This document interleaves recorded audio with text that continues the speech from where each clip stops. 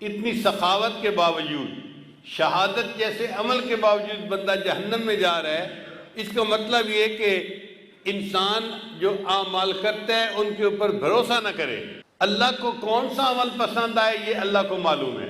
چنانچہ بہت ساری کتابوں میں ہم نے پڑھا کہ چھوٹے چھوٹے عملوں کی وجہ سے اللہ کو بندہ پسند آ گیا اور اللہ نے بخشش فرما دی۔ امام غزالی رحمۃ اللہ وفات پا گئے۔ کسی نے پوچھا کہ حضرت آگے کیا بنا؟ بھئی اللہ نے میری بخشش کر دی۔ جی حضرت آپ کی بخشش تو ہونی تھی، آپ نے تو اتنی مزیدار کتابیں لکھی کہ پوری امت اس سے فائدہ پا رہی ہے۔ علماء ان کتابوں کو پڑھ کر درس دیتے ہیں اور لوگوں کو نیکی کی طرف، اللہ کی طرف بلاتے ہیں۔ امام غزالی رحمۃ اللہ نے فرمایا وہ کتابوں کا تو مسئلہ پیش ہی نہیں ہوا، اس سے پہلے ہی اللہ نے بخشش کر دی۔ بھئی کس عمل پہ بخشش کی؟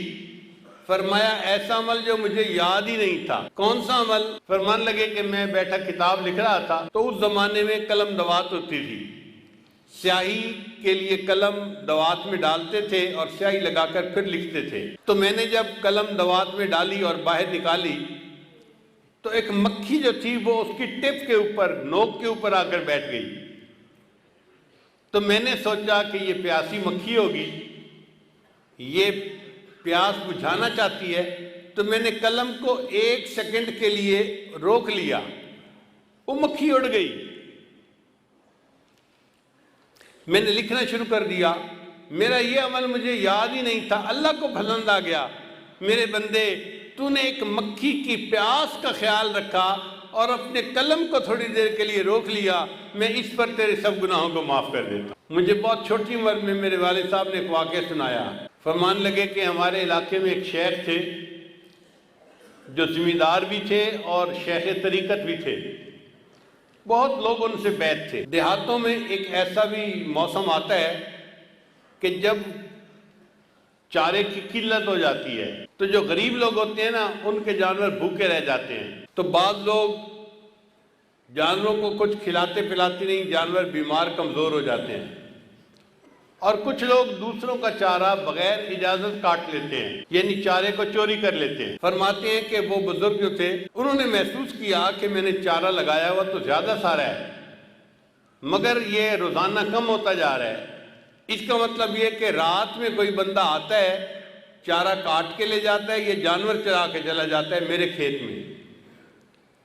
تو انہوں نے سوچا کہ میں رات کو پہرا دوں گا اور دیکھوں گا کون میری اجازت کے بغیر یہ کام کرتا ہے۔ ایک جگہ چھپ کر بیٹھ گئے۔ جب رات گہری ہو گئی تو انہوں نے دیکھا کہ چند بکری ہیں وہ آئیں اور کھیت میں چرنے لگ گئی۔ ان کے پیچھے ان کا چرانے والا بھی تھا، مگر اندھیرے کی وجہ سے وہ پہچانا نہیں جا رہا تھا کہ یہ کون ہے، نظر بھی نہیں آ رہی تھی اس کی شکل۔ تو ان بزرگوں نے اس سے پوچھا کون ہو؟ تو جب انہوں نے اس سے پوچھا نا میاں کون ہو، تو اس دیہاتی لڑکے نے جواب دیا احمد ہاں، میں احمد ہوں۔ تو جب اس نے کہا نا میں احمد ہوں تو ان اللہ والوں کے دل میں خیال آیا اس کا نام احمد ہے اور احمد تو میرے آقا صلی اللہ علیہ وسلم کا نام ہے۔ تو انہوں نے آگے سے جواب دیا احمد ہیں تے پیا چرا، اگر تم احمد ہو تو اپنے جانوروں کو چراتے رہو، میں تمہیں منع نہیں کرتا۔ وہ بزرگ فرماتے ہیں اللہ کو میرا یہ عمل پسند آ گیا کہ تو نے میرے محبوب کے نام کا اتنا اکرام کیا کہ تم نے کہا احمد ہو تو چراتے رہو، میں نے تمہارے اس بات پر سب گناہوں کو معاف فرما دیا۔ تو قیامت کے دن اللہ کو کون سے عمل پسند آئیں گے کوئی نہیں جانتا۔ اس لیے جن کو ہم سمجھتے ہیں نا جی کہ بڑے کام کیے، گھنٹوں مراقبے کیے، میں نے یہ سبق سیکھا، یہ سیکھا، یہ سیکھا، اتنے لوگوں کو توبہ کروائی، پتہ نہیں یہ اعمال اللہ کے ہاں قبول ہوں گے یا نہیں ہوں گے۔